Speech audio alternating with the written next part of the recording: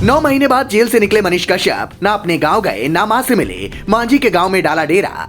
अगले 24 घंटे में खोलेंगे अपने पत्ते, करेंगे पत्रकारिता या बनेंगे नेता। मनीष के भाई ने बताई पूरी प्लानिंग।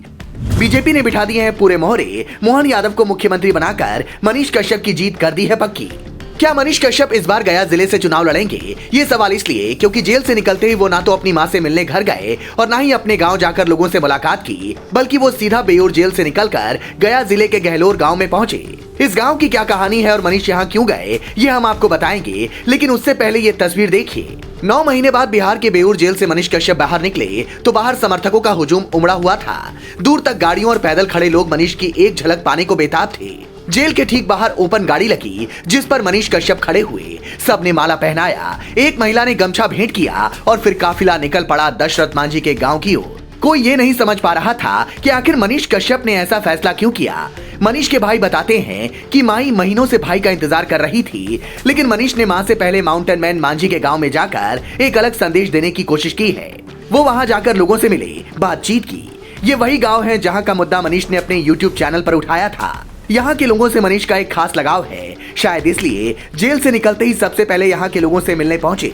मनीष के इस कदम के बाद ये कयास लग रहे हैं कि सियासत में आने की पूरी सेटिंग इन्होंने कर ली है और ये उनका पहला कदम है। राजनीतिक मामलों के जानकार कहते हैं कि तेजस्वी की सीट राघोपुर से अगर मनीष चुनावी मैदान में उतरने की कोशिश करते हैं तो जीत बड़ी मुश्किल होगी। हालांकि बीजेपी ने मध्य प्रदेश में मोहन यादव को मुख्यमंत्री बनाकर मनीष की जीत का इंतजाम कर दिया है। मनीष को बिहार की किसी भी यादव बाहुल सीट से अगर बीजेपी उतारती है तो उसे 2 फायदे मिलेंगे। पहला, बिहार का युवा मनीष से भावुक तौर पर जुड़ा हुआ है जिसका फायदा चुनाव में मिलेगा, और दूसरा, यादव वोटर्स अगर मनीष कश्यप के साथ आ गए तो फिर जीत पक्की हो सकती है।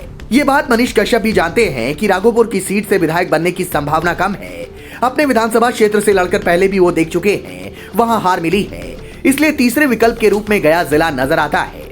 मनीष ने गया जिले के गहलोर गांव में जाकर काफी रिपोर्टिंग की है, इससे वहां के लोगों के बीच काफी मशहूर है। चुनाव के लिहाज से देखें तो गहलोर गांव अत्रि विधानसभा में आता है। इसके आसपास से वजीरगंज और बेलागंज भी आरजेडी का गढ़ माना जाता है।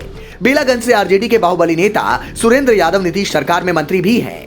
ऐसे में मनीष अगर गया जिले की किसी सीट को चुनाव के लिए चुनते हैं तो यहाँ टक्कर कड़ी हो सकती है और उन्हें इसका फायदा भी मिल सकता है। फॉरवर्ड वोट से लेकर ओबीसी वोट बैंक तक को साधने का काम अगर सही से कर लिया तो फिर मनीष को विधायक बनने से कोई नहीं रोक पाएगा। हालांकि कुछ लोग तो ये कहते हैं कि मनीष कश्यप एक दिन बिहार के मुख्यमंत्री बनेंगे, पर सवाल ये उठता है कि क्या तब मनीष की मदद प्रशांत किशोर करेंगे, क्योंकि प्रशांत किशोर तो खुद अब बिहार को बदलने निकले हैं, जनसुराज यात्रा निकाल रहे हैं। हो सकता है खुद की दावेदारी मुख्यमंत्री पद के लिए पेश कर दें। तो क्या बिहार मनीष जैसे लोगों की आवाज से बदलाव की राह पर निकल चुका है, जहां युवा और पढ़े लिखे लोगों को सत्ता सौंपने की एक नई क्रांति शुरू हो गई है?